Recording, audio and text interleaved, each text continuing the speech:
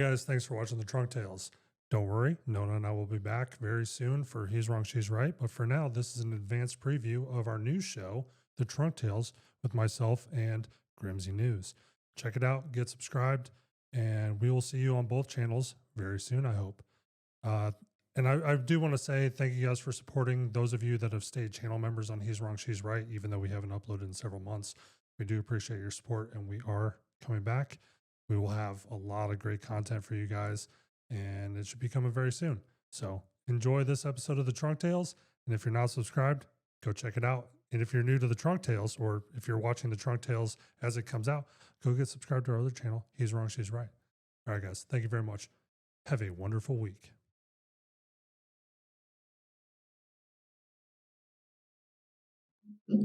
Welcome, everybody, to the Trunk Tales.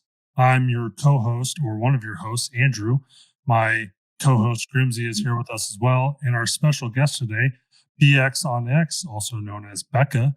She's here today to help talk and inform us about, and I'm doing terrible with words today. Becca is here to talk about some human trafficking cases, child exploitation, especially within video games and the online environment. And we're happy to have her here. Thank you for coming on. Yeah, thank you guys for having me. So I sent Grimzy over a little one pager. It's something we kind of like to do. However, when I was putting it together, because I use ChatGPT to do some of that, and then I'll go through and tweak it. It really didn't want to produce links to the things that I was asking for in your X account. And obviously, this could be a ChatGPT thing where maybe it's being blocked by X. But you had a lot of really, informative posts over the last several months that I've seen. And I was asking it specifically, can you find stuff about this? Can you find stuff about Roblox? And it was just like, she talks about Roblox. I'm like, helpful. Thank you. I found that Grok does a pretty good job of stuff on X, but ChatGPT maybe isn't like allowed to crawl X or something. I don't know. So what I think is happening specifically in this case, because usually it does do pretty good for me, is that some of the last two guests, at least, have a massive social media following, and not even just social media, but a massive kind of following in all. And I think it was just kind of like, why are you asking about this account? That's kind of how it felt like. And I'm not saying that in a negative way about you, but it was kind of like, why do you care? She's just BX on X. You don't need to know about her. Yeah, we're gonna have to jump ChatGPT. It's all right. Yep. And we're gonna have to jump. It'll be all right. So yeah, I've seen, especially recently, the push to get people to get their kids off of Roblox. Can you kind of start us off, like what was kind of the jumping point for you where it was like Roblox needs to go? Well, I mean, I guess going back a little bit more, I started to investigate mass shootings a while back, probably about 3.5 years ago. We started to really do some deep dives into like mass shootings to try to figure out, what's causing these kids to snap and go on these shootings and kill kids at school and stuff. And we eventually ran into this concept called accelerationism, which is basically, it's like an ideology. It's a tactic that certain communities use to accelerate societal collapse by, either doing things to enhance the political divide in the U.S., right? Like having a little neo-Nazi kid go shoot up people in the name of white supremacy or whatever the case may be. This concept of accelerationism was being used by all sorts of extremist groups to kind of groom people in these online communities into going and doing horrible things. So I eventually was led to, as crazy as it sounds, a satanic cult called Order of Nine Angles, which is a British-based neo-Nazi satanic cult. And their goal is to groom kids and other people into committing horrible, evil acts because they believe it's going to help like usher in the apocalypse, like crazy stuff, right? So when I started talking about this, like maybe 2 or 3 years ago, people were like, this chick's insane. She's crazy. And I guess I could have just hung it up there and moved on to something else. But I was really like fascinated. No, people need to pay attention. Like this is actually real. I know it sounds crazy, but there are these people who are in all these online spaces where kids, like preteens and stuff and teenagers are there, and they're trying to groom them into going and committing acts of violence. And eventually, we started to find communities that kind of spawned from the same concept, that were trying to groom kids to groom and abuse other kids as part of their plot to accelerate the downfall of society by attacking our children. It's basically a terror attack on our children. Are they are they using things like, because I know the cartel uses like shit like video games and Discord and WhatsApp. Are these groups kind of using the same sort of thing to get their reach to kids? Actually, the cartel is a really great example. It's almost exactly the same thing. And, this isn't a new concept, really. I mean, Al Qaeda and ISIS did this as well. So this is online radicalization, basically.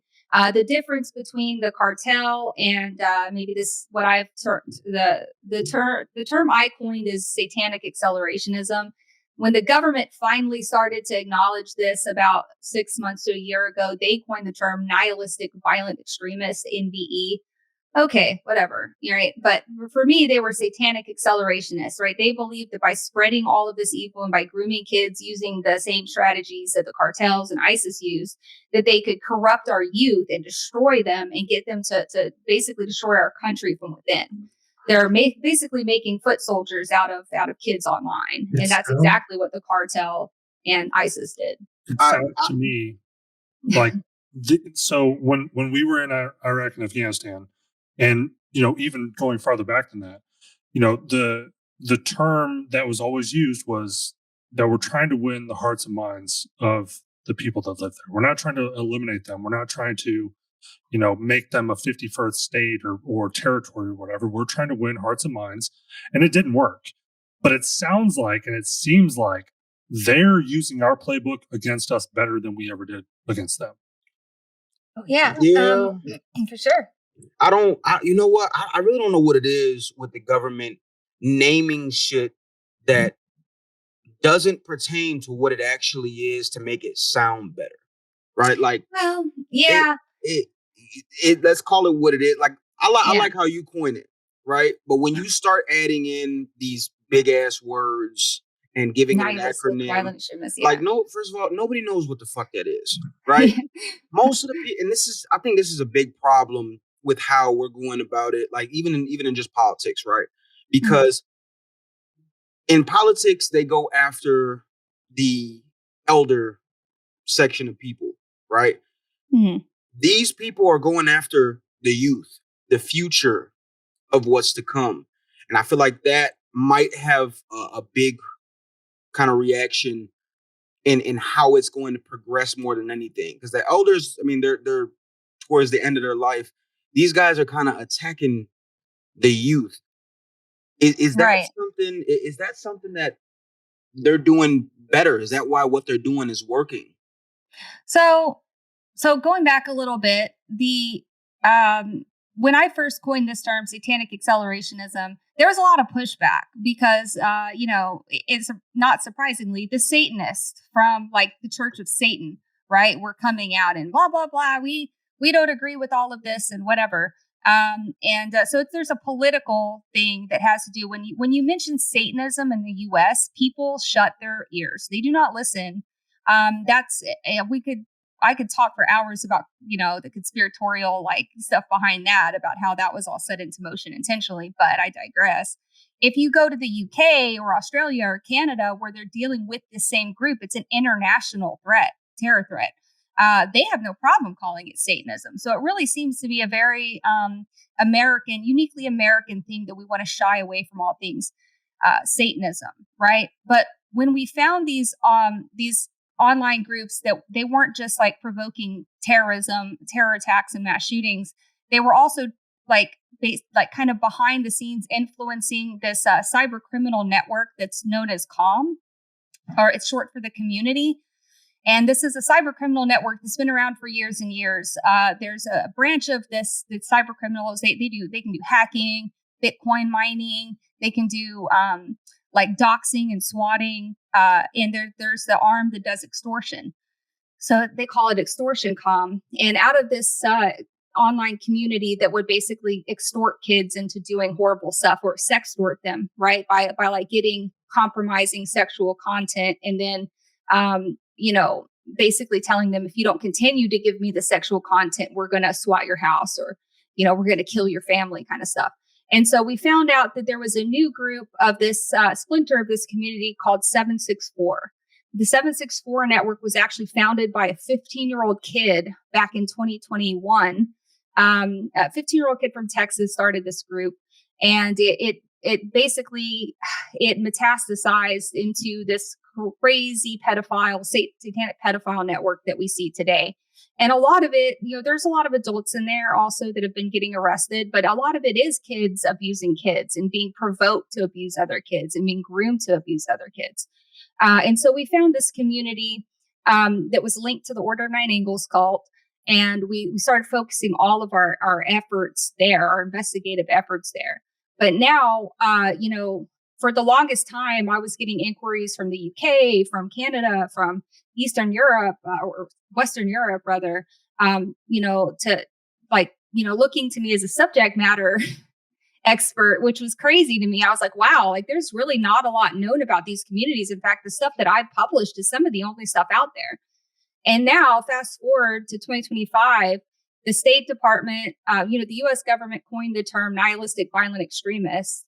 And when I read the State Department memos about these groups, they're basically just parroting off a lot of the same like research that we built early on. So it's kind of cool to see that we put a lot of the balls in motion to get like the attention on this thing. I think that the naming convention is kind of semantic. I know that there's a lot of people who, when they think of nihilists, they think of like the Big Lebowski, right? Right. So they get confused. But I think if they were going to go that route, I think misanthropic would have been a better word. They want all humans to die. Their slogan is total human death. They want to usher in an apocalypse. It's very strange. But when you read a lot of the manifestos coming out from recent school shooters, recent mass stabbers all over the world, basically the pattern you're seeing is that they're not like basing this on far left extremism or far right extremism or some of the stuff we've seen in the past. They're basing it on this concept of nihilism and hatred of humanity. And that's something that they're definitely being groomed into believing by these bad actors who are, they're terrorists, essentially. It's very, very complicated. It's very hard to grasp, which I think is why my message was lost on a lot of people early on. And also because I'm just like a random mom. Like I'm not law enforcement. I'm not a journalist. I'm not like a trained speaker. I'm just an idiot online. And so, amen. Same here. So when people started listening to me and when like international news outlets started to like want to film with me and treat me like a subject matter expert, when the FBI started reaching out and asking me for help with some of these cases, it was very hard for me to like wrap my head around the fact that I had somehow become a subject matter expert in satanic pedophile networks. I don't ever think I was the right person for it, honestly. But I guess it's kind of what God called me to do or something.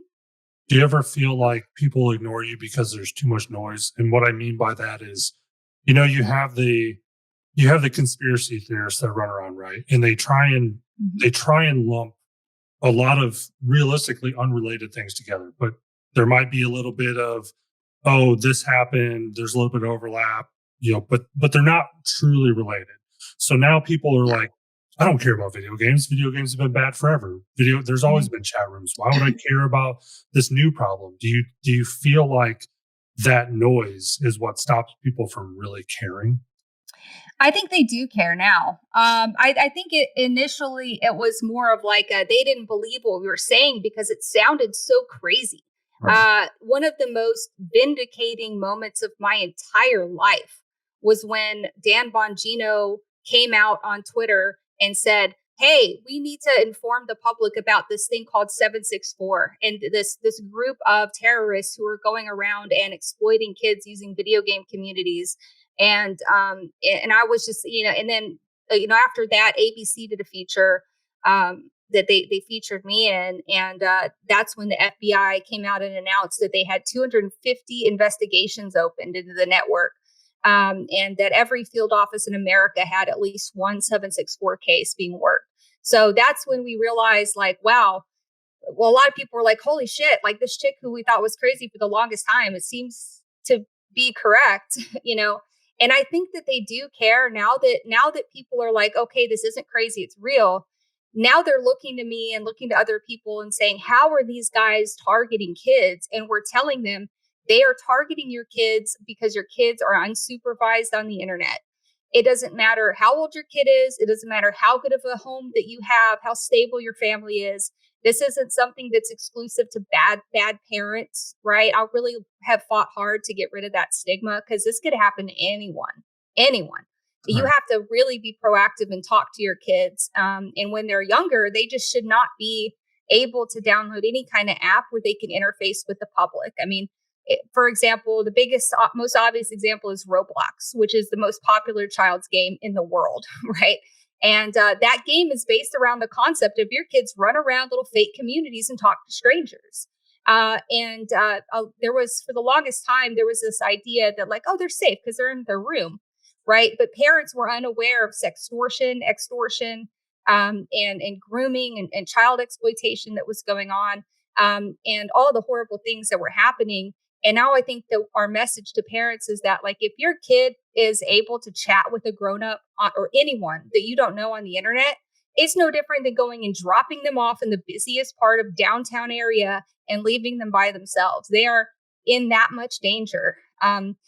So yeah, Roblox became the centerpiece of it because that's just the biggest place they find these kids. But they also find them on X. They find them on Instagram, Snapchat, Discord.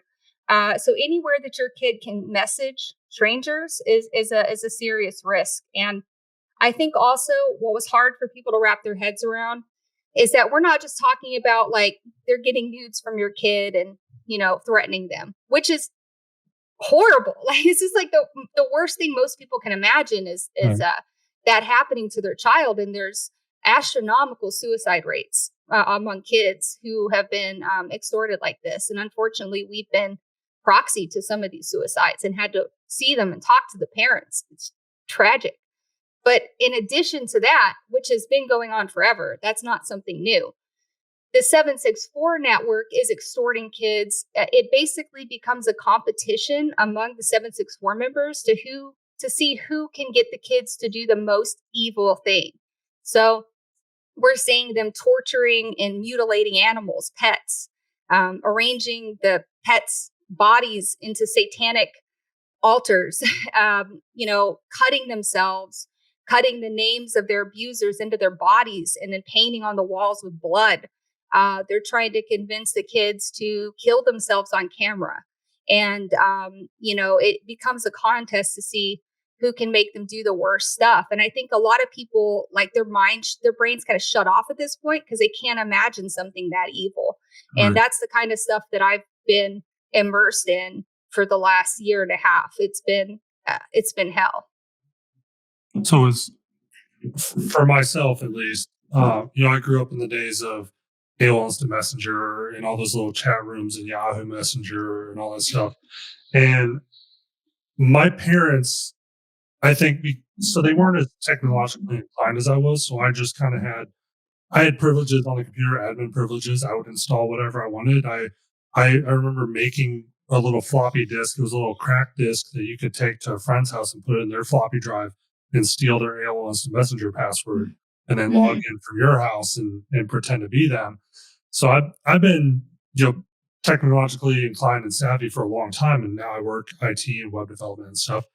So I've always been my wife considered it controlling for a long time, especially early on in our relationship. She thought I was trying to control her and control the kids because I had, network limitations on sites and things that they could access. but also including ads. Like I block advertisements from every device within our household. Yeah. And they'll target your kid with grossly inappropriate ads on like YouTube.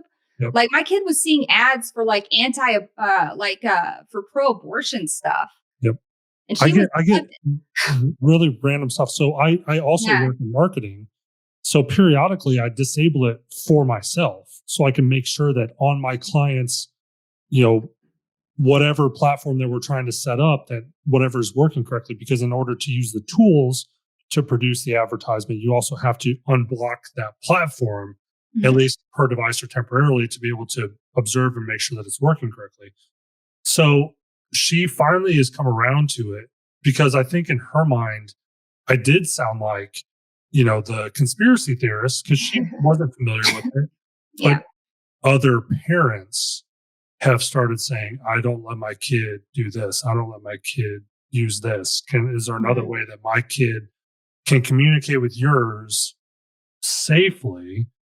And that's hard to do. Like I'm setting up a dedicated knockoff Discord kind of thing, because my wife's siblings have both moved to the Netherlands, and we don't want to give them the ability to use like Facebook Messenger or real Discord or anything like that. So I self-host a lot of this stuff. I self-host Minecraft servers that the kids can access, their friends can tunnel into. They have very, very exclusive sets of permission that they can't let somebody else in. Everything has to be approved and go through me. And I think explaining that and saying that out loud would probably inform some of the audience as to why parents don't do it. It's a lot of work. Yeah. And it's technologically, when we were kids, of course, we were more technologically adept than our parents. But my kid now, she's 8, and she has already surpassed me in her abilities to use technology. Like it's insane to see that these kids these days are being born with the ability to navigate to advanced technology.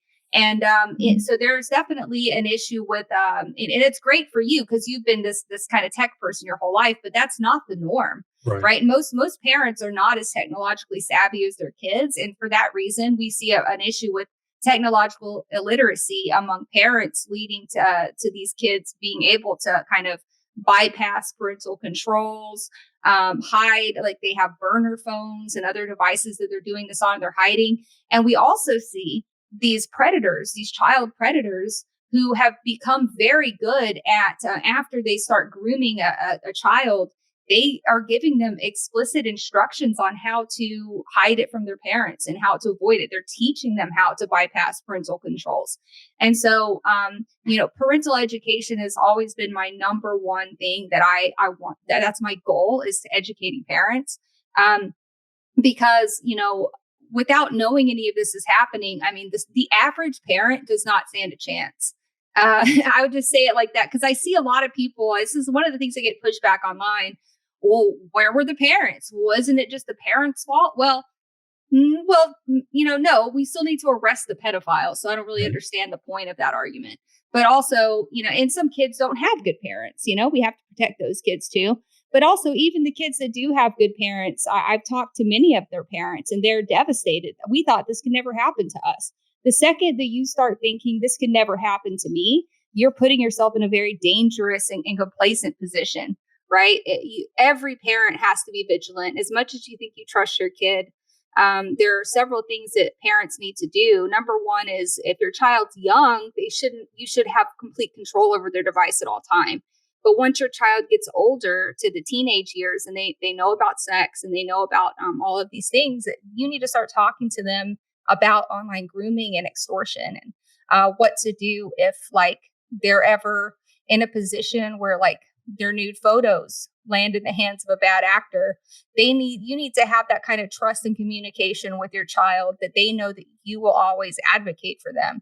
Because the number one thing I see, and I've spoken to dozens of child victims. Part of my biggest role in this whole thing has been finding these child victims online and talking to them and trying to advocate for them and trying to convince them to go to the police or go to their parents. because unless they go to the police, honestly, a lot of these bad guys never get caught until a victim comes forward. We can send the evidence to the FBI, and until there's a victim, they won't do much. But the victims always say the same thing, and they're not afraid of the police. They're afraid of their parents. They're afraid of getting in trouble. And it's really, really, really sad to see. It's very hard to convince a child to go and talk to their parents about something because they're scared they're going to get in trouble. So like just me personally, this kind of shit is just really difficult to really put my head around, right? And it's not from a squeamish aspect of it, because I do a lot of cartel research. I do a lot of street research. I've seen a lot of things, but hearing shit like this when it comes to kids is particularly hard. So I can understand where some people kind of shut their ears off. You know what I mean? But I think, especially with the whole parents, where were the parents thing? You can kind of correlate it to gang culture, right? You can have a good parent at home that has to work a lot. You know what I mean? They don't have the time because they're trying to provide and they're trying to keep their kid safe as possible. But that kid still has to go out into that world, right? And they can still be influenced by everything. And I've seen, especially now when it comes to gang culture, even kids from great homes with good parents fall into the wrong crowd.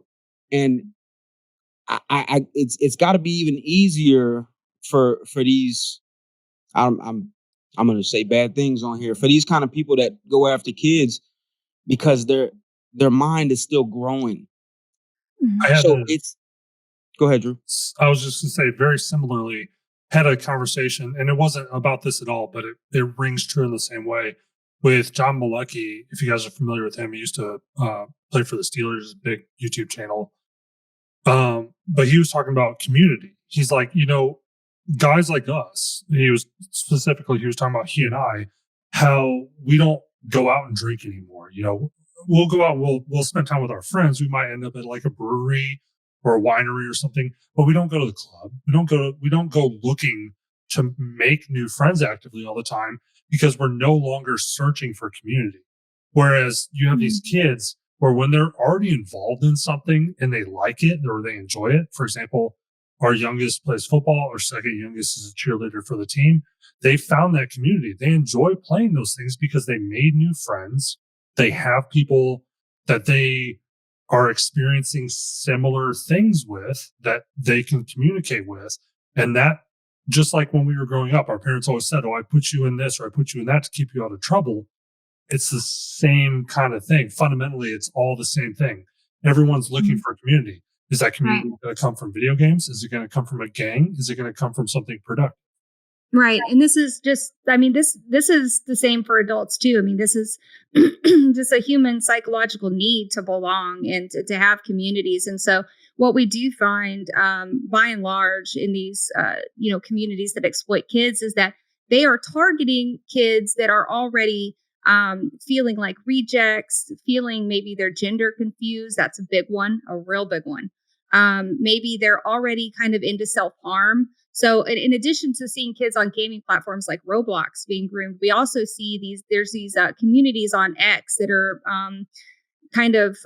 centered around self-harm, right? So mostly kids who are cutting themselves. And it's a really sick community that I've lobbied X to get shut down, and they really haven't done much about it, which is unfortunate, because that's directly where these guys go. In fact, I was reading a criminal complaint. I guess I should mention that when we started this a couple years ago, there had only been like one or two vague arrests in this network.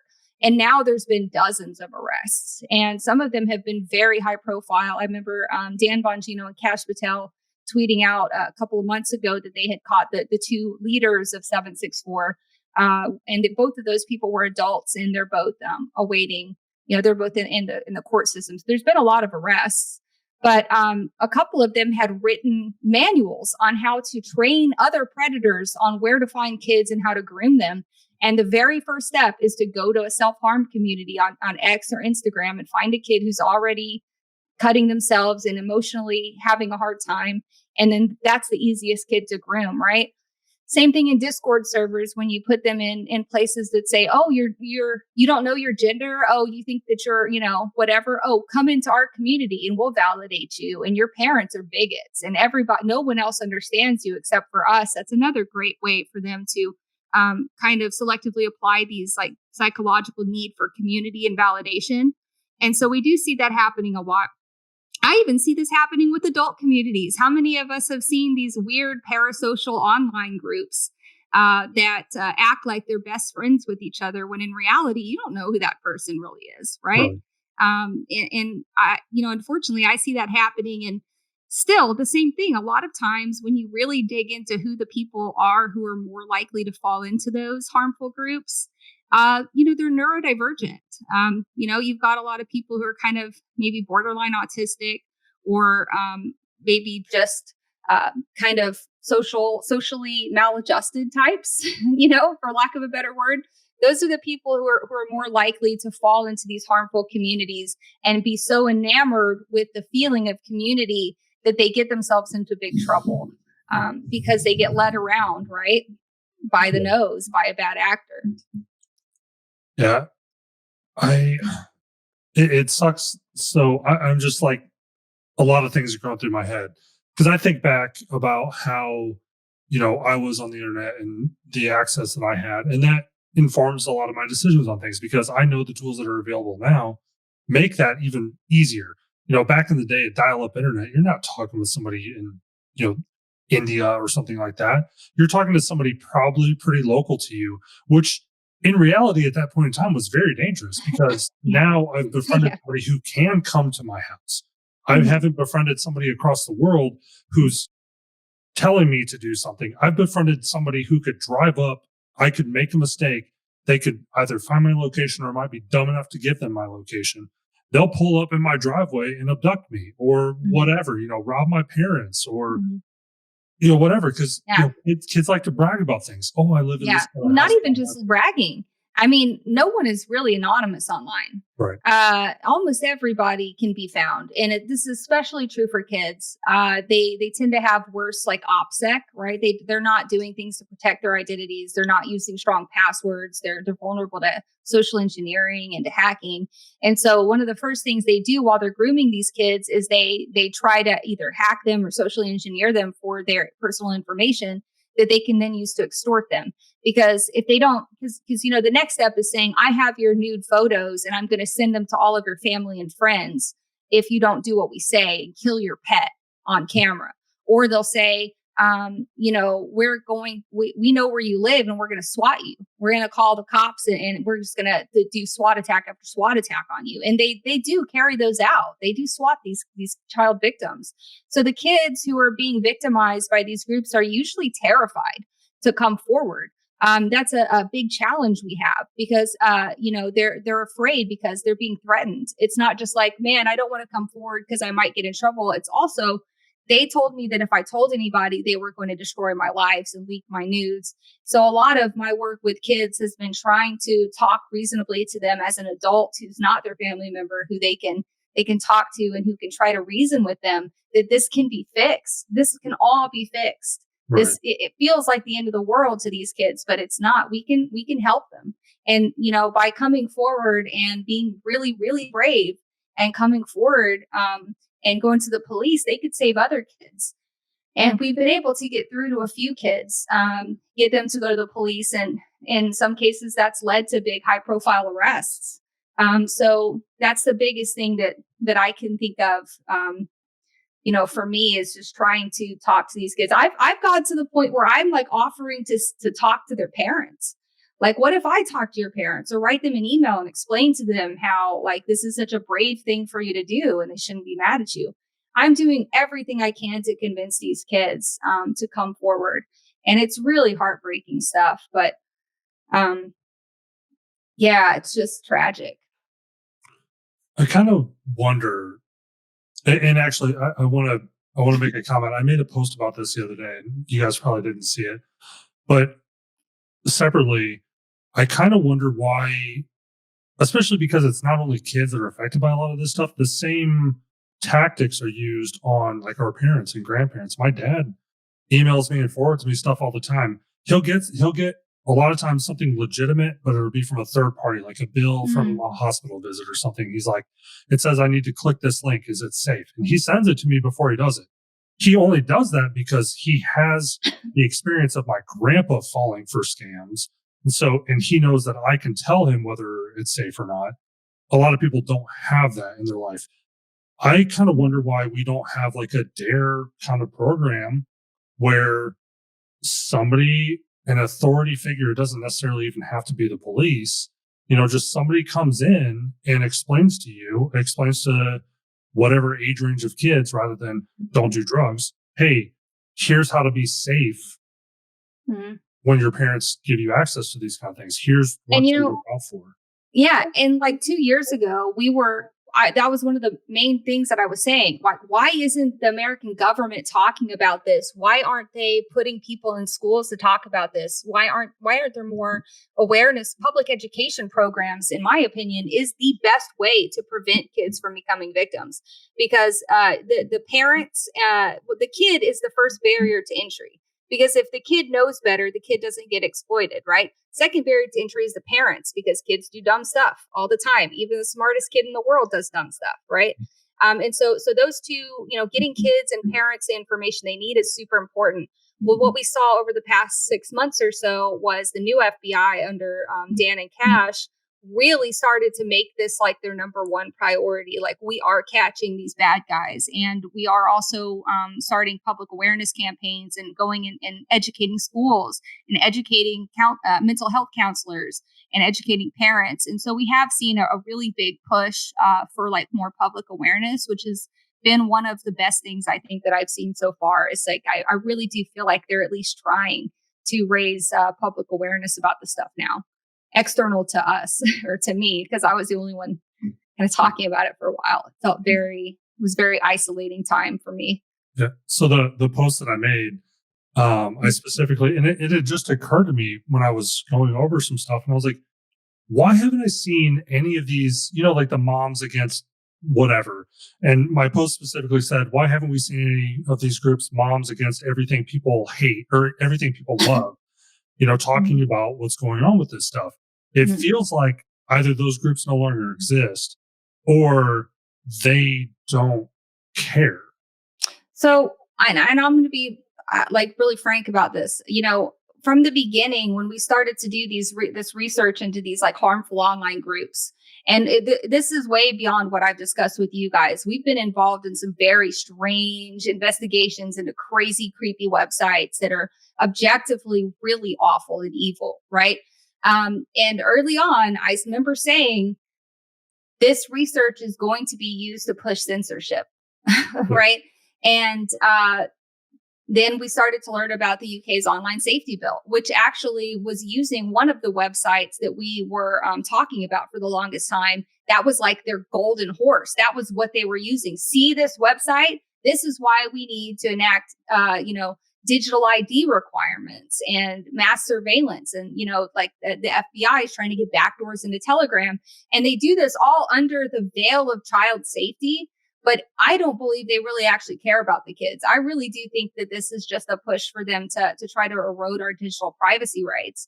And so I think that from a lot of the government standpoint, they would much rather put these new laws into place and force tech companies to enact digital IDs and force us to give up some of those rights, as opposed to doing some of the more grassroots actions that could probably have an even greater effect. And so might just be me being a little bit conspiratorial, but I mean, I don't think there's anyone who's more well versed to speak on this than me. I've said for the longest time they're going to use this stuff to push through digital privacy acts, and I think that's very unfortunate, because I don't think that they're actually going to solve the problem, and I don't think that they actually care about kids. I think the goal is really to just erode online anonymity, which I have a problem with personally. So that could be part of the reason that they've been focusing more on legislating as opposed to grassroots action, which is something I would really, really like to push back against. I completely agree with you on, because that's what the government does, right? The government will always, it's a marketing thing. At the end of the day, it's about how you sell what you're trying to do either as a business or as a government entity. If I can win people over by saying that this piece of legislation will save children, the parents who don't care about anything else, they don't care about the meat and potatoes in the bill, they're like, yeah, save the children. Save the children. That's what I want. I want you to save the children. A tactic as old as time. Yep. They've always done this. Yep. So it's nothing new. When it was really sad because I've worked with the BBC at quite a few times. They put out some really remarkable pieces for us on 764 and some of these other harmful groups. But deep down, when I go back and look at those old interviews, I'm like, damn, like, you know that that the government's watching this and trying to use this to strengthen their laws. And so I made it a point to be really vocal and speaking out against that, because I don't want that to be what my research led to. At least, I mean, I don't think that it's my fault. They would have found a way anyways, right? Mm-hmm. But as the source of a lot of that research, I feel like it's very important for me to voice my opinion that I don't think that is the appropriate route to take to stop these things. Has there been an instance where something that you or somebody that you worked with, where that work that you guys have put in has led to something negative coming of it? Either perfect example, the YouTuber that was recently banned from Roblox for finding these predators, mm-hmm. he was branded as like a digital vigilante or whatever, mm-hmm. and kicked off the platform because he reported all of these different bad actors who were exploiting children. And he's the one, he sent the cease and desist. I think they attacked his YouTube channel, stuff like that. Has something like that happened to the people that you work with? Well, I was involved with that. So you're talking about Schlep.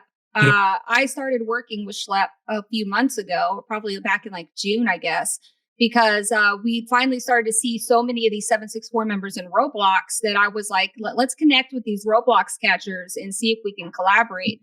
And sure enough, we started collaborating with them. They were like, yeah, like we've been seeing this group too. So I was able to help them learn about 764 and they were able to help me learn about Roblox. It's very, very mutually beneficial.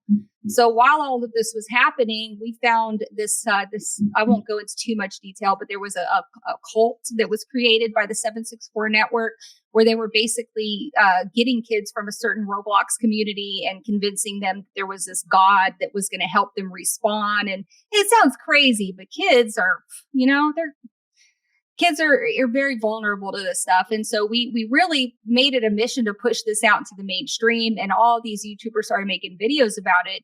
And that's when Schlep got banned. So I think that Roblox was like, ooh, yeah, this is problematic. They're exposing this 764 network activity, because everyone knows that pedophiles exist, right?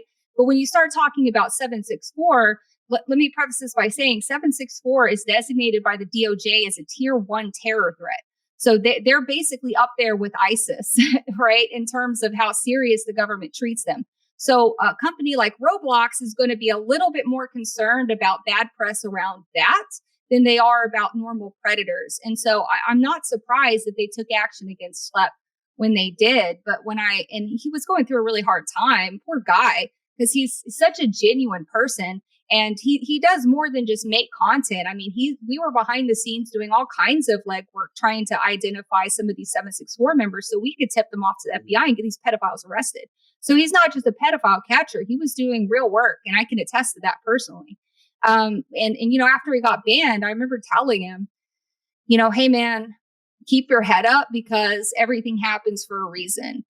And this was right before everything exploded. I was like, everything happens for a reason, dude. I'm telling you, this is going to go. He's like, I think this is about to go really viral. And I said, I think so too. And I think that it's going to be a good thing for you and for raising awareness. And also, fuck Roblox. Like their stock tumbled, right? After all of this. And it became like there was almost every major news outlet had a story about it. And I was like, I know it sucks that he was banned, but also this is a positive thing. Like you're making more of a change now than you ever did before. So I hope he does get his account back, because that was absolute horseshit. But there's definitely he definitely took one for the team. You know what I mean? So that's what happened with the Roblox stuff. It's been very, very interesting and also kind of entertaining to watch them scramble and make PR disaster after PR disaster. Because it's just well past time that people start to take notice of Roblox and take their kids off of them. Your kids should not be on Roblox. I get a lot of people who are like, well, just put parental controls. Your kids should not be on Roblox at all. If you're watching this right now, go to your child's device, check for Roblox. And if they have it, you need to go talk to your child about why you're deleting it and they're no longer allowed to play it. I'm taking a zero tolerance on this one. There's no need for your kid to play Roblox. All they do is walk around and talk to strangers. And not just pedophiles, but we found with Schlepp, the first thing that I ever contacted him about was that he was reporting on a community on Roblox that was set up to look like a church. But when you go into the church, it's a bunch of terrorists plotting mass shootings and out in the open. And one of those guys was arrested. He was in Round Rock, Texas, right near Austin. And he was in one of these communities planning a mass shooting. They're right next door to you. So, your kids have no business on Roblox. It's objectively bad for them. Get them off. And so coming from us, all of our devices, the kids have to have parental consent. So like, it doesn't matter what the app is. If it's on an iPad or the older kids, if it's on their phones, my wife or I, depending on the device, get a notification that says, do you approve this download? It doesn't matter what it is. We have to approve it. They have all the age restrictions and everything like that through all the different platforms. Obviously, that doesn't prevent them from having something that already existed. If you're a parent that goes and, sets up parental controls after the fact, you still have to go and delete it, like you said. But we also have network controls. Like even if their friends come here and have it on their device can't connect to that service at our house. If they're connected to our network. Nice. That's pretty nifty. Yeah. Have you ever considered putting some informational tweets out or something else kind of explaining to parents how to do that? Because I think that's something that would be really, really beneficial personally. So I need a filter, and I think you two would be great for this. So what I'm frequently told is it's not what I say, it's how I say it. So oh yeah, I know that well to be true. I've said, like I said, I was never the right person for any of this stuff because I just like to shit post. And like Grimzy. I'm a terrible person to bring that to, bro. Because I don't give a fuck what I say, bro. If you looking for a filter, yeah, but if you looking for a filter, I'm not that guy, bro. So I guess the problem is I don't care about the cancel culture. I don't care about getting canceled. I'm gonna say what I want to say.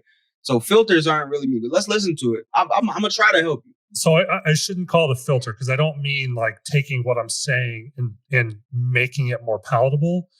I'm more saying take the nonsense that comes out of my mouth and turn it into mom speak and turn it. Oh, I could do that. Speak. Yeah, like I'm a mom. Make it palatable to your audience. True. Yeah, for sure I could. You know what the fuck I do, bro? Send me the information, and I'm gonna dumb it down and get it out to people how we can get it out. You know what I'm saying? Because I feel like that's the big divide that comes from all of this, right?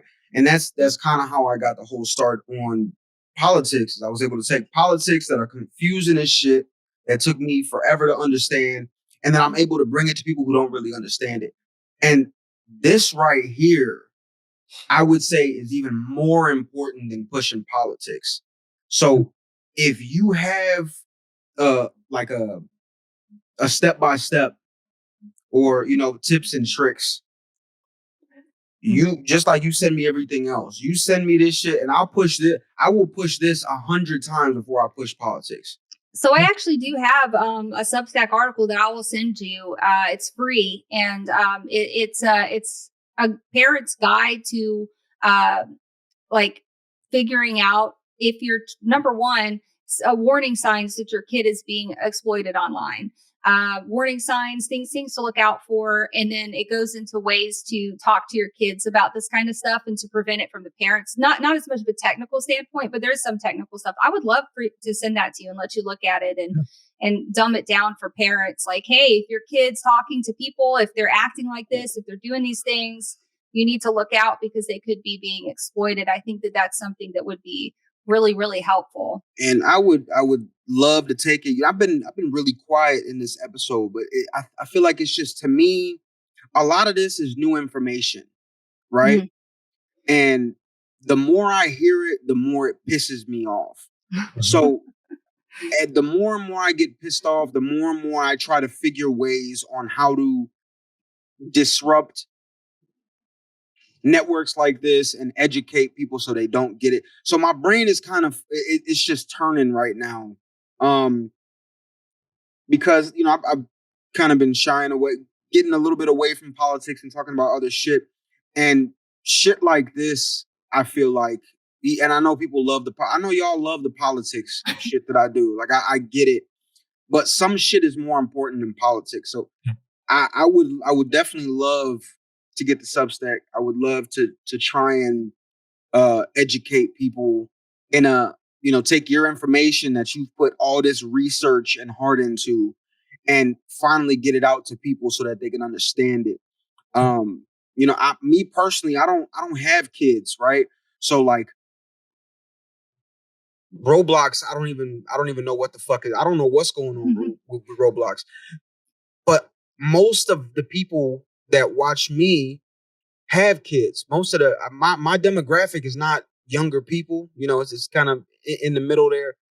And I feel like this is definitely very important to get this information out there in a way that everybody can understand. Because like I told you in the beginning of the episode, the government likes to make things very complicated in how they explain shit so that lazy people don't have to look into it.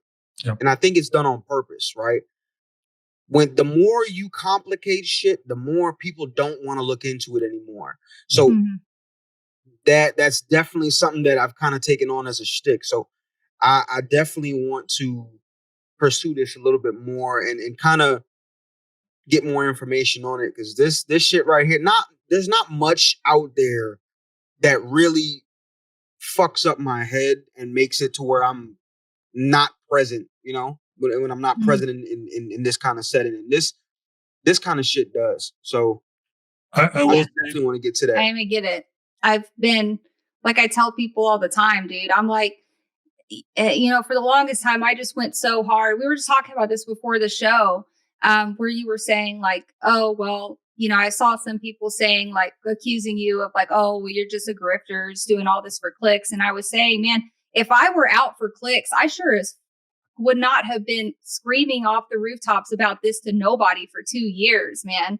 Like, I've been shadow banned, suppressed, attacked, because when you attack these kind of evil groups, man, they will stop at nothing to stop you and shut you down. And I've dealt with personal attacks and smears and fake rumors. I have fake nudes, all kinds of shit that these guys have made up to turn people against me. And I've honestly been, through a lot of shit in that regard too. But also at the same time, while I'm doing all this work, I have people, friends and stuff in the background who are like, hey, do you ever like have like issues from this? Or do you ever feel like you're, you need to talk to somebody? And I'm like, I'm too busy right now. I'm too busy working. I'm too busy researching. I'm too busy getting these kids and getting these people arrested to really think about it. But then during more quiet times, I do find myself sitting with all of the things I've seen and all of the things I've witnessed and realizing that, man, this shit is a slow burn. And if you're not watching out for your mental health, it will really, really fuck you up. People will find any and every way to attack you when they disagree with you. For example, a video of ours that went up, I don't know, like a year ago, continues to this day to get comments. I mean, there was also one. So I looked into why Sean Ryan was arrested in Florida back in like 2012. And all I did, we'd never put a video out about it. I put out a short with the mugshot and with the arrest information. And I said, if anybody was part of this or knows what happened, reach out to us. We'd like to know. We're just looking into it. That video has thousands of comments of people just trying to drag us for all I did was say we're looking into it. Not that he was a bad guy. I was just curious. Was it a DUI? Was it something stupid? Was it something part of the CIA? I'm just curious. It came across my desk and I was looking into it, doing due diligence. If it's nothing, we're not going to talk about it. I just want to know. All I'll say is that a lot of stuff is manufactured these days. And so I've experienced a lot of manufactured, what I would call manufactured attacks. So before I was looking into this, when I got into the mass shooting stuff, before I got into the child exploitation stuff, what I was really finding a lot of was political influence operations, political operatives, think tanks, and people who were trying to infiltrate maybe right-wing communities to try to make them look bad or initiate smear campaigns against people. And there was a time, I don't want to talk too much about it because honestly, this is the thing that'll get me in the most trouble. But, I looked into one of those incidences and I actually pulled back the curtain a little too far.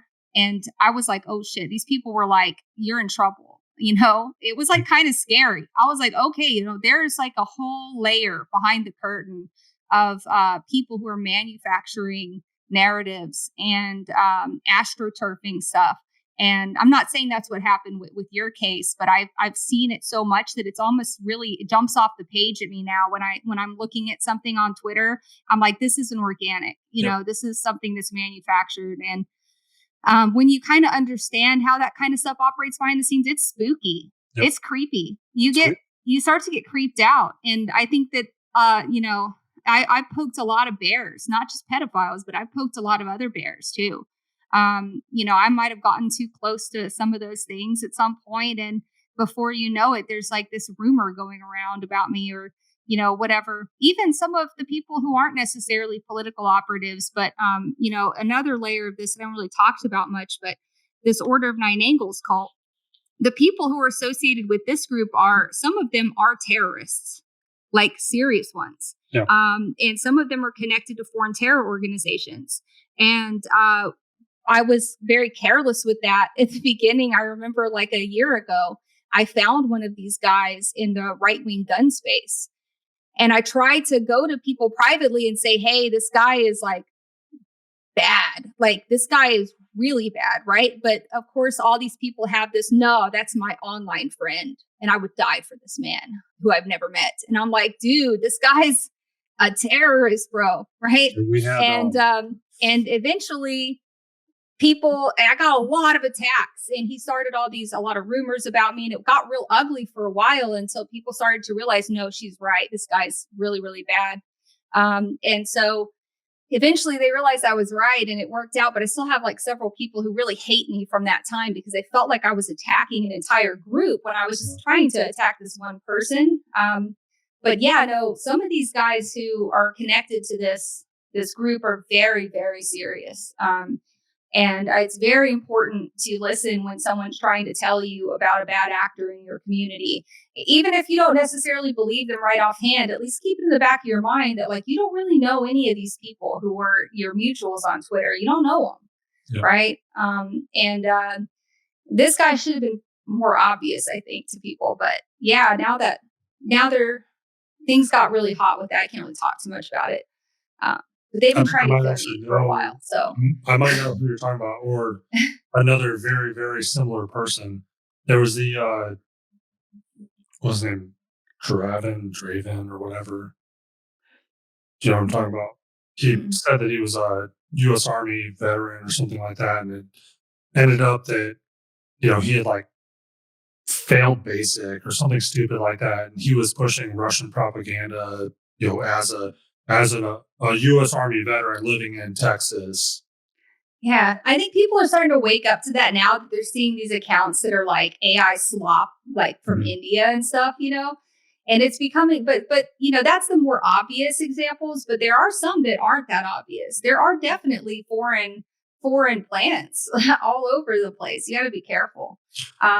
So going back real quick to talk about the whole thing with the Sean Ryan clip, some guy got so mad about it that he went through like all the links in our video descriptions and stuff like that to figure out what we were, what we do, where we work, things of that nature.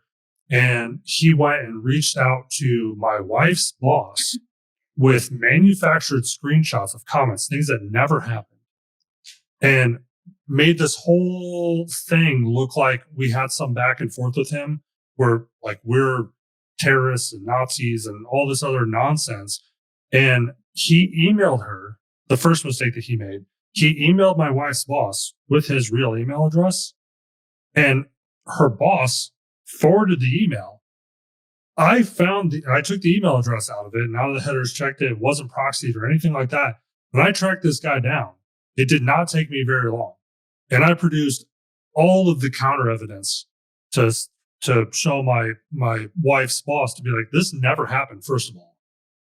This guy is mad about that goes past the normal troll online to possibly someone who's paid. I'm just gonna put that out there. That's, to me, that smells like a There's like a 20-year-old kid loves like dirt bikes. His handle is something to do with like green dirt bikes or something like that. And it was his social media presence was very cultish, and basically packaging all this up. And I gave it to my wife to send to her boss. She looked at this. She's like, okay, just please remove whatever connection people are able to make, because I don't want to have to deal with this again in the future.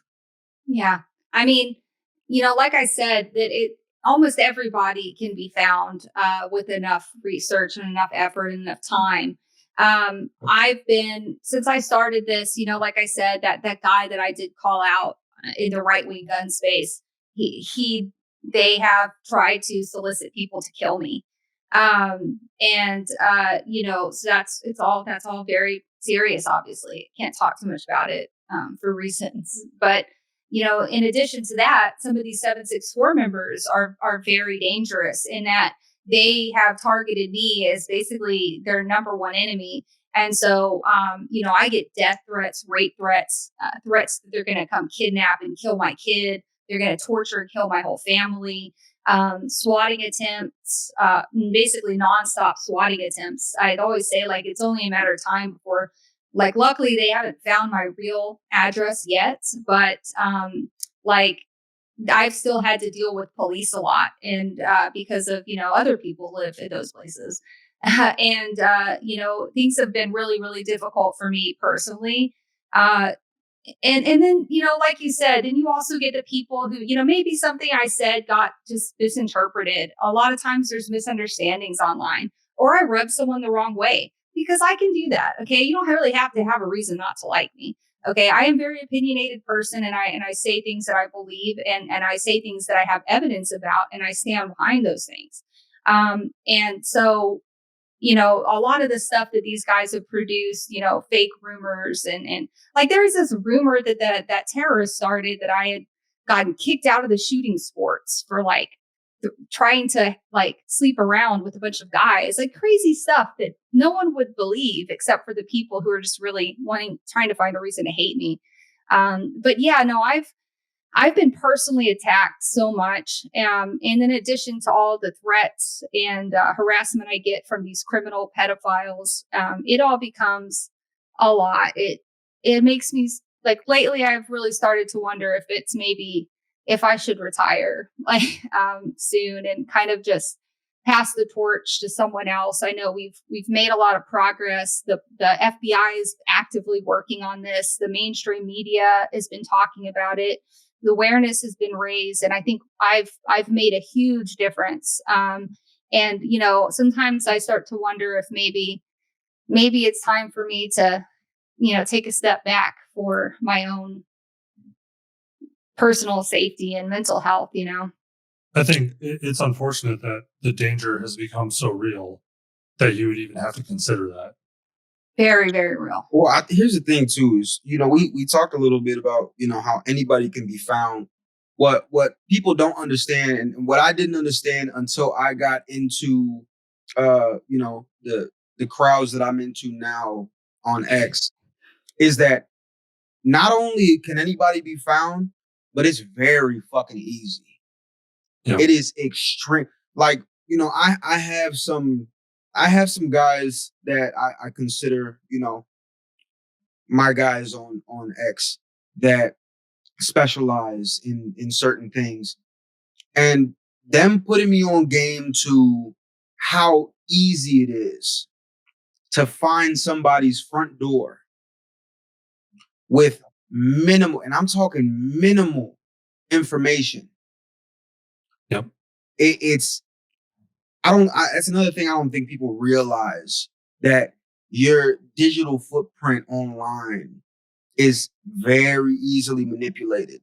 Yep. And even though it is used by the bad guys, it can be very well used for the good guys as well.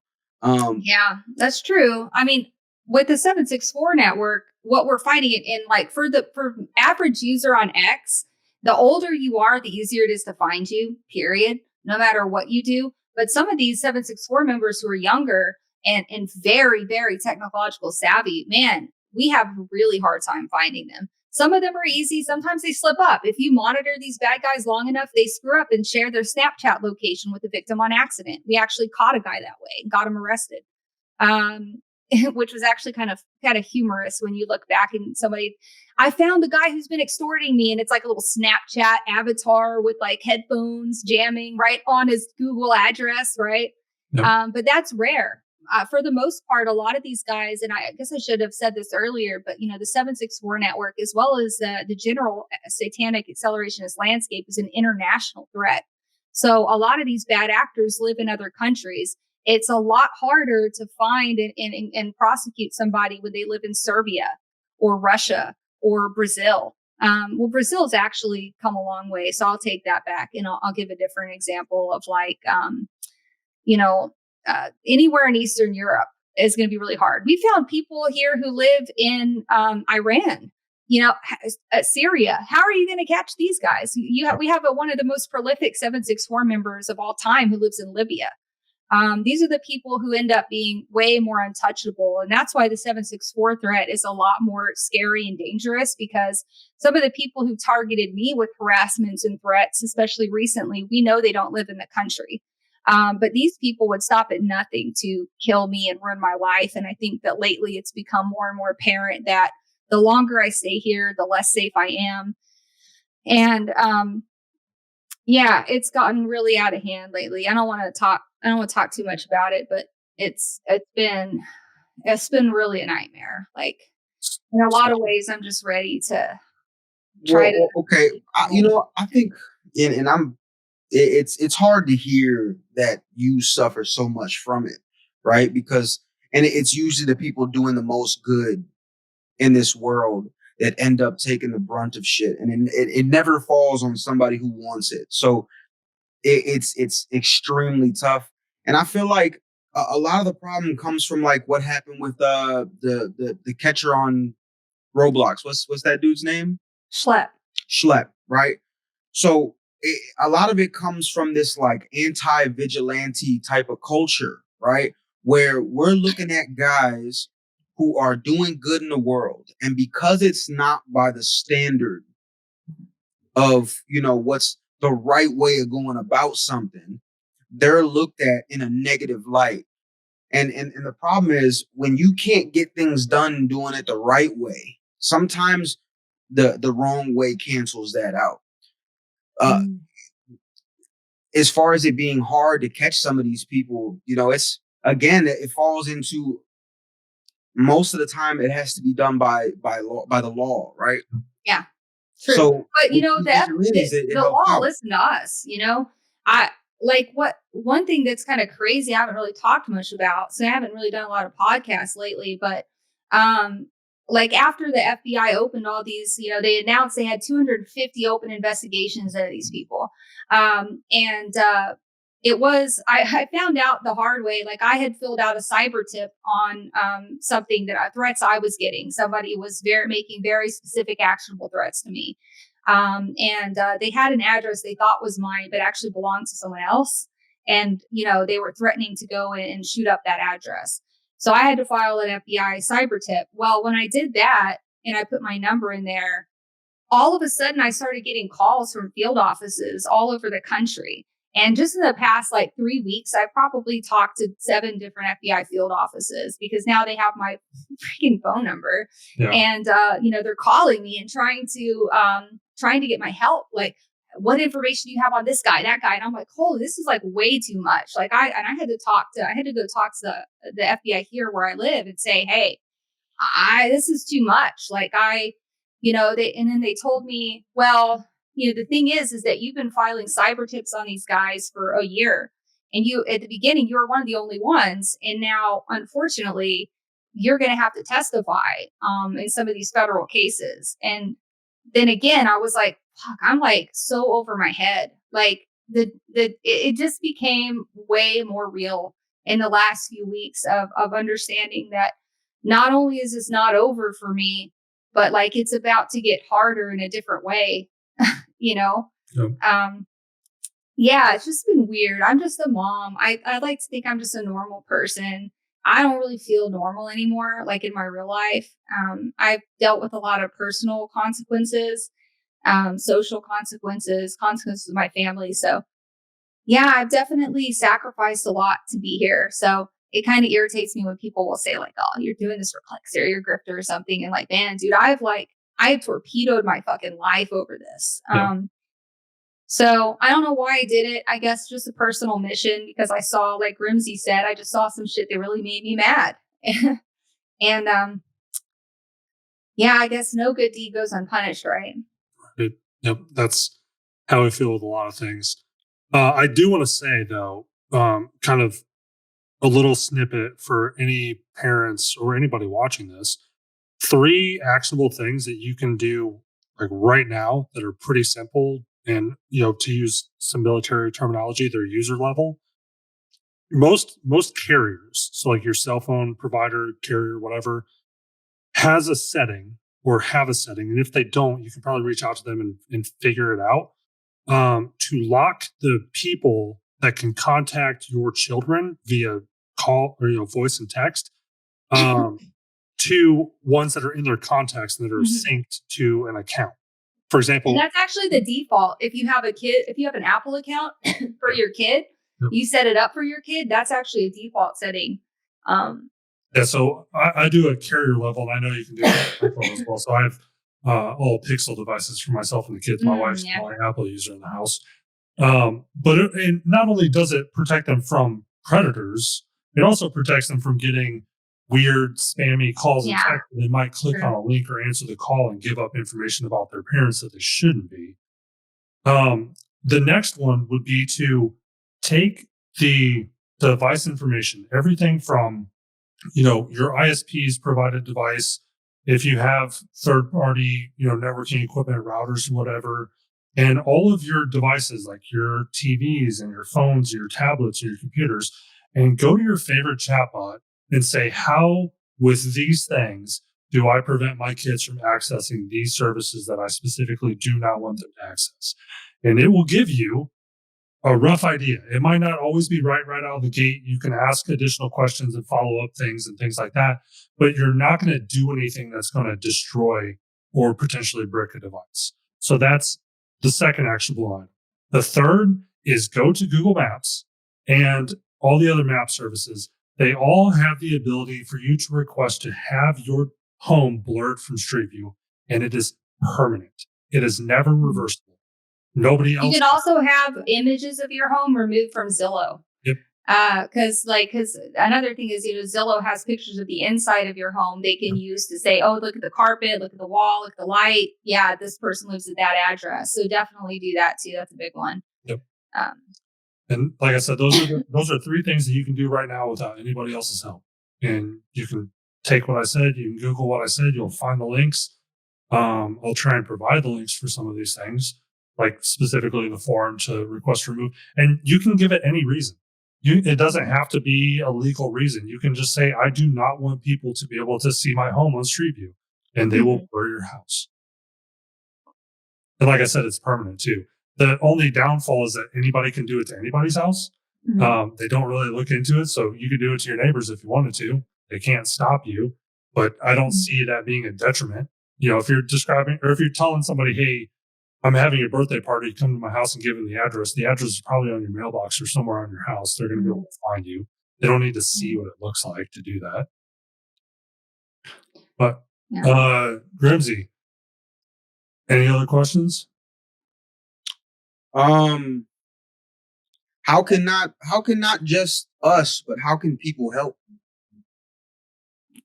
I mean, definitely share the stuff that we're talking about around with parents. Share the podcast with parents. Say, hey, you need to watch this right now, because I think one of the coolest things so far.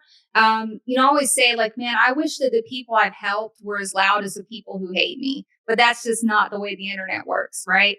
But I do get a lot of people who privately message me and say, I watched your videos on this. I watched your podcast on this. And I was shocked. I had no idea that my kid was talking to these people on Roblox. And sure enough, they were in a Discord server. And, that could just, parents watching this could save child's lives. This could save a kid's life to actually share this podcast. I also have, I mentioned my Substack article, but I'll send that to you, Grimzy. You can look at that. But I also have, a 5-part video series about basically just how I got into this. How I sussed out all of these satanic accelerationist communities, how they're using it to groom and extort kids. And that's available on Rumble. YouTube removed it, but it's there on Rumble. BX on Rumble. It's also my pinned tweet thread at BX_on_X. So people can watch those videos to get a deeper understanding. But, even just at a superficial level, talking to people, and saying, hey, did you know about all this stuff going on in Roblox? I think that what we've said here today is probably horrifying enough to convince most parents that they should be a lot more careful about what their kids are doing online. And that's always been the biggest thing for me, is raising awareness to parents and trying to get people to spread the word. So yeah, I think that's the biggest thing for me, is just educating people. To add to that, are there any nonprofits or otherwise organizations that you might recommend that people either donate their time to or reach out to if they have additional questions, where, any of us individually might not have all of the information, but there might be a resource or a location where people can find at least a launch pad, right? I had originally wanted to set up a nonprofit because there really isn't one that's focused around this. But I just haven't really had the time or the resources to do it. If you want to donate money, if you're looking to donate, I'd say that there's 2 orgs that do the most. The first is obviously National Center for Missing and Exploited Children. They also have a lot of resources available for parents about online dangers. There's another one called SOSA, SOSA. I know that this is Survivors of Online Sexual Abuse. They do a lot of work with victims and trying to rehabilitate victims, because one thing that is still a huge gap in America, especially, is that after the feds go and interview a child victim and get their devices and find this stuff and they go arrest the predator, and everyone's happy, hooray, we won. But really, there's nothing in place for the kid who is the victim. They remain there in that place, and unless the parents have the resources to get them mental help and help rehabilitate them, they're very likely to continue to fall victim to these same communities, because kids are very kids need that validation. They get addicted to these online groups. And even though they're being abused, unfortunately, I've had to see victims get re-victimized over and over because they intentionally put themselves back in those communities. And so one thing that we really need is resources to kind of help rehabilitate kids who've been in these communities. They need deprogrammed. It's like they're brainwashed into a cult. I mean, it is a cult. So, they need to be deprogrammed and they need to be rehabilitated. SOSA does a lot of good for that. So if you're looking for another place to donate money, I would say SOSA is a good example. Awesome. I appreciate those tips. It's hard to find legitimate nonprofits or resources of any kind these days that aren't somebody that's just there to take money to build a brand or do something else completely outside of the scope of what their stated mission is. Right. Yeah. Those two, NCMEC, and, the majority of these cases that have gotten prosecuted and resulted in arrests have come from NCMEC tips. So I guess one other big thing that I should point out is National Center for Missing and Exploited Children, that's ncmec.org. You can go there and file a tip if you ever see something, or you find a victim of abuse, or you find one of these communities. You can go file an anonymous tip on there, and they will act on it. And a lot of people's online tips, just well-meaning people who've made tips in NCMEC, have resulted in some of these guys getting arrested. So you don't even need to immerse yourself in this dangerous, hellish landscape like I have to make a difference. If you see something, make a report to NCMEC or to the FBI cyber tip line. And we'll provide links to that and anything else that you provide us in the video description and everywhere else that we share out the video. I just want to say, for the people who were able to watch this all the way through, as much as this scares you, it should piss you off. It should make you want to say something to people. It should make you want to push what's going on here. And even though, you said you don't have to get in the mix. But here's the thing. You got people like BX who has now taken the brunt of most of it. And if you have the resources or you have the balls to get involved, if she won't ask you to, I will. This shit right here should piss you off. This shit right here should get you to a point where if you can't do anything physically, at least spread the word. At least let people know what's going on here. Because at the end of the day, these not only is it affect real people's lives, but this affects kids. And now these kids have to grow up the rest of their life struggling through this. If you are going to do nothing else, at least spread the word on it. It shouldn't get to the point where we have somebody who at this point is putting their life on the line for this cause. And it shouldn't get to the point where we're here and she's grifting, she's doing this. My only thing I can tell y'all is either get involved or shut the fuck up. Couldn't say it any better. This should piss you off more than anything. Yep. Say something, be a decent fucking human being, and make a difference. Because these kids deserve it. These kids deserve to be helped. And none of these kids deserve to have what's happening to them. Absolutely. That's all I got. And, these kids too, like you said, once they're a victim for life. And a good percentage of these kids won't ever make it to adulthood, because the suicide rate among these kids is really, really, really high. So, that's the goal, right? That's the goal of these communities who are trying, like I said at the beginning, it's a terror attack on our kids. This is an attack on our country via our kids. Their goal is to try to disrupt our society by traumatizing our kids and turning them into abusers and turning them into little terrorists and, getting them to kill themselves. It sounds too crazy to be true, but at this point, I don't think anybody will deny it as being real anymore, because thankfully it's become an international news story now. But, it is real, as crazy as it sounds. Our kids are being used as a vector to attack our country. And this is the new face of terrorism in the West. This is the new ISIS. This is what's happening now. We've got the cartel also, and then we've got this, right? So there's a lot of things that, you've seen a lot of Dan Bongino and Kash Patel talking about the things that I talked about today recently. They also take it just as seriously. They consider this group to be a tier 1 terror threat.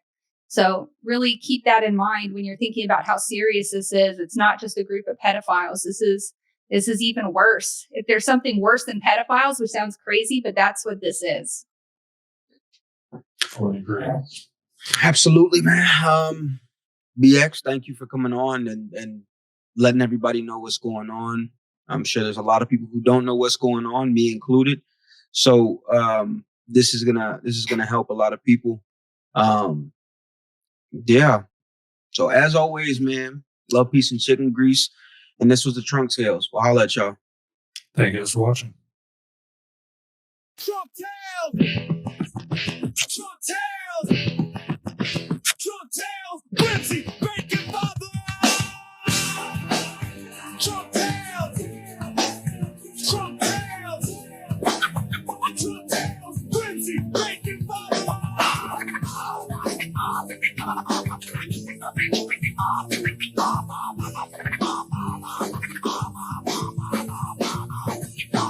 Sit up front, sit and talk. We ain't here to ball and mark. The front seat is where great minds meet, while the big picture comes into focus. Come and ride, take pride. You are listening to Trunk Tales. Talk from Main Street. I'm a matter of all that matters. Educated on the beat of where DC, Wall Street meet. Lessons learned from the school of hard knocks. Knocking on your door. Goofy's a bore. To watch a thrill to experience. Imagine the feats we achieve through perseverance. This is Trunk Tales, a big pop to the top. Cause the narrative machine just drop, pop that, pop top hat. I can't play a quarter. Extra life, no life left in you to fight, but still those Trunk Tales remain to show you to move, to get you out of the backseat. I know you're ready. Make your own Trunk Tales.